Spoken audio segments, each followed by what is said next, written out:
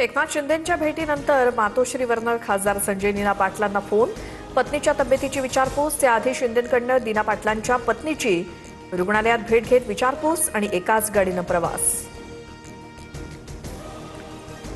उपमुख्यमंत्री सुनेत्रा पवारांकडनं राज्यसभा खासदारकीचा राजीनामा. दिल्लीमध्ये उपराष्ट्रपती सीपी राधाकृष्णन यांची भेट घेत राजीनामा सुपूर्द. खासदार पार्थ पवारही उपस्थित. नाशिकच्या काळाराम मंदिरात सिंहस्थ कुंभमेळ्याच्या पार्श्वभूमीवर धर्मध्वजाची उभारणी. मुख्यमंत्री फडणवीसांसह माजी राष्ट्रपती रामनाथ कोविंद उपस्थित. काळाराम मंदिरात 64 वर्षांनंतर नवा धर्मध्वज फडकला. गोकुळ दूध संघाची निवडणूक येत्या 90 दिवसात घ्या, सुप्रीम कोर्टाचे आदेश. दूध संघावरती प्रशासक नियुक्तीच्या विरोधात सुप्रीम कोर्टात दाखल करण्यात आली होती याचिका. राज्यातील अधिकारी आणि कर्मचाऱ्यांच्या हिंदी परीक्षेवरनं मनसे आक्रमक. वादानंतर हिंदीची होणारी परीक्षा स्थगित. मंत्री उदय सामंत यांचा निर्णय.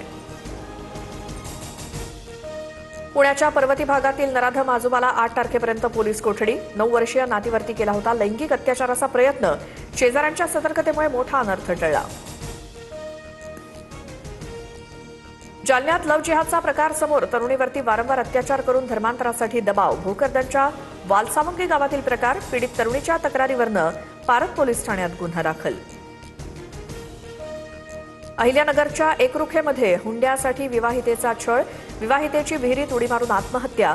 पतीसह सासू सासरे अटकेत. तर परभणीमध्ये हुंड्यासाठी पतीकडून पत्नीवरती चाकू हल्ला. हिना खान पठाण जखमी. पतीसोबतच 4घांवर गुन्हा दाखल. पंढरपुरात नृत्यांगना राधा पाटीलच्या कार्यक्रमात मोठा राडा. डान्स पाहताना तरुणांमध्ये किरकोळ कारणावरून तुंबळ हाणामारी. पोलिसांकडून लाठीचार्ज.